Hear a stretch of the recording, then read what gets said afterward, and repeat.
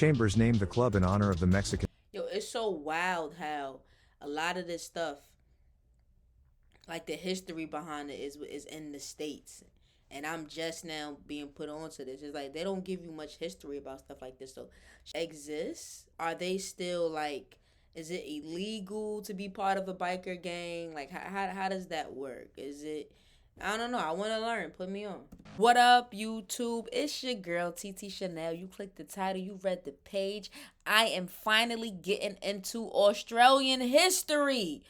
Super, super excited. All right. Now, I'm in this whole Australian learning journey. I done got in tune with you guys' music. Now I'm looking into the food. I'm doing this thing where usually I just travel somewhere, right?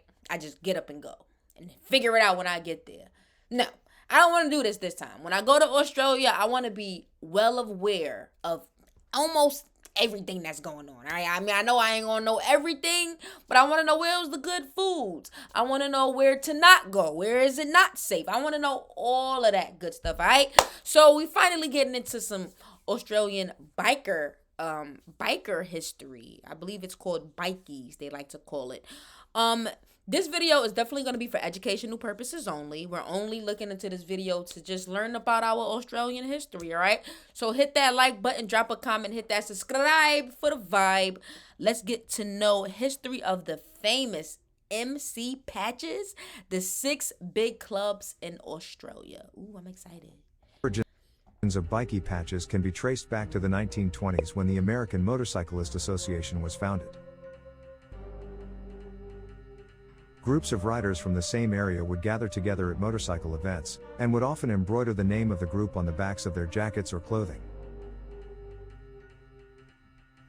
Following the US, in Australia the Auto Cycle Union of Australia was formed in 1928 to represent the interests of sports-based motorcycle clubs, and would eventually become Motorcycling Australia, the country's representative body for motorcycle racing.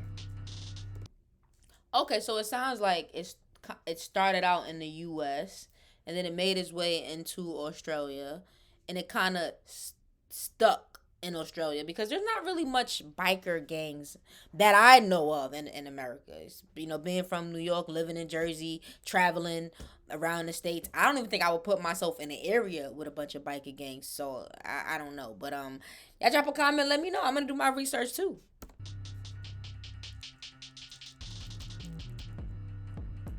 There is a great amount of pride and tradition surrounding motorcycle clubs, and it's easy to see why. Bikie patches reflect that tradition for all the world to see. Before 1947, bikers wore the patches as decorative pieces. Over time, they used motorcycle patches to express their riding skills, distinctive character, and used the patches as an identity.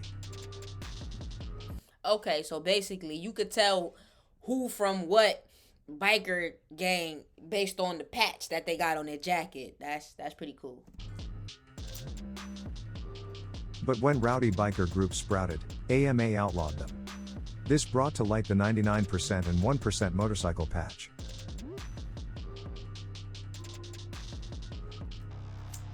In this video we look into Australia's big 6 bikie club patches and how they might have come into existence. Hells Angels. The club's patch was first suggested by Arvid Olsen, an associate of the founders who had served in the Oh, it said founded in California. Hells Angel Squadron of the Flying Tigers in China during World War II. The patch was inspired by the tradition from World Wars I and II, whereby the Americans gave their squadrons fierce, death-defying titles. An example of this lies in one of the 3 P-40 squadrons of Flying Tigers fielded in. Yo, that's crazy that this was on some military shit and it became what it is. Like, that's so crazy, the transition, the history behind it. Burma and China, which was dubbed Hells Angels. In 1930, the Howard Hughes film Hells Angels showcased extraordinary and dangerous feats of aviation, and it is believed that World War II groups that used that name based it on the film. The Hells Angels official website attributes the official Death's Head insignia design to Frank Sadilek, past president of the San Francisco Charter. Yo, so like, do the bikie gangs still like exist? Are they still like, is it illegal to be part of a biker gang? Like, how does that work? Is it I don't know. I want to learn. Put me on. The colors and shape of the early style jacket emblem were copied from the insignias of the 85th Fighter Squadron and the 552nd Medium Bomber Squadron.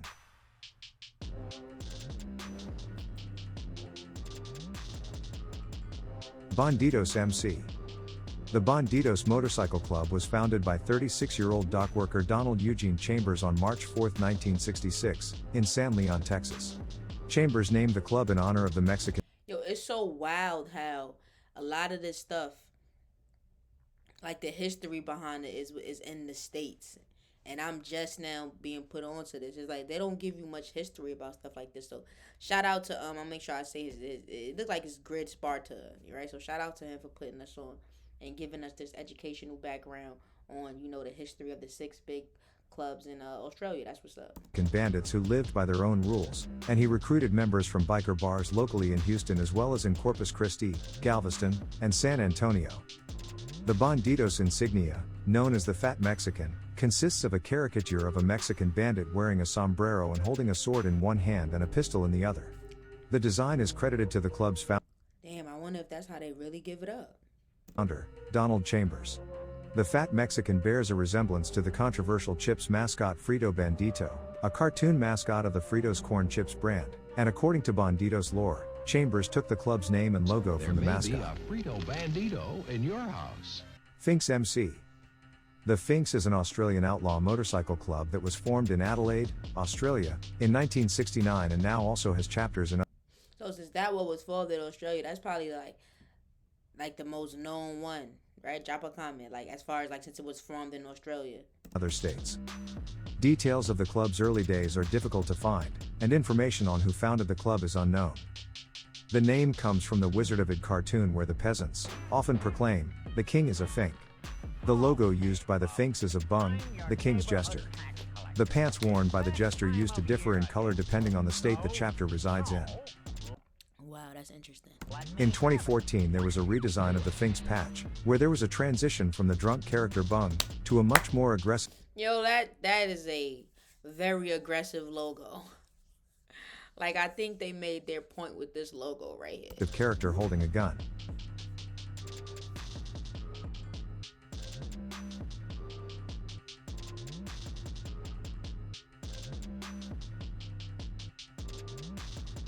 Comanchero MC. William George Jock Ross, a Scottish immigrant, formed the club in Sydney, Australia, in 1968. He chose the name after seeing the 1961 John Wayne film The Comancheros. The Comanchero MC patch has a condor as a focus, with a yellow and red coloring on a black background. Jock ruled the club with a strong hand, introducing military tactics to take them into war against other clubs.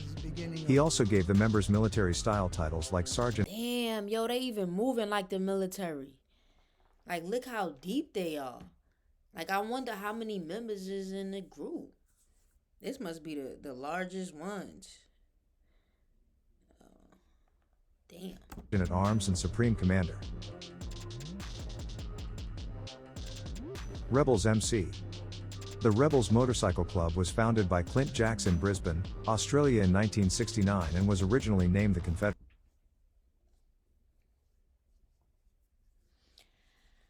I don't know about this one. This one looks a little, I don't know. I'm gonna keep my thoughts to myself. Let me hear a little. I don't like this whole Confederate idea, I ain't really feeling that too much. Rebels MC. The Rebels Motorcycle Club was founded by Clint Jacks in Brisbane, Australia in 1969 and was originally named the Confederates. As the name The Confederates sound crazy. They don't like us, huh?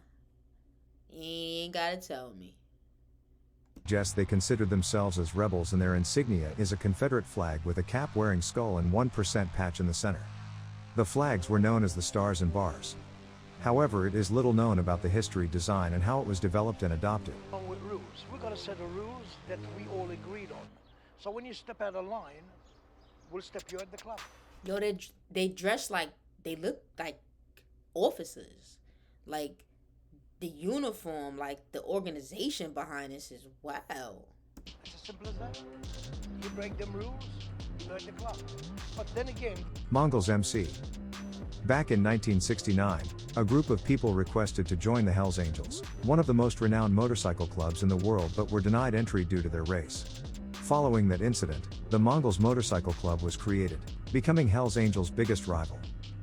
The famous Genghis Khan insignia was designed on Big Al Aceves, who had returned home after serving Ranger in Vietnam.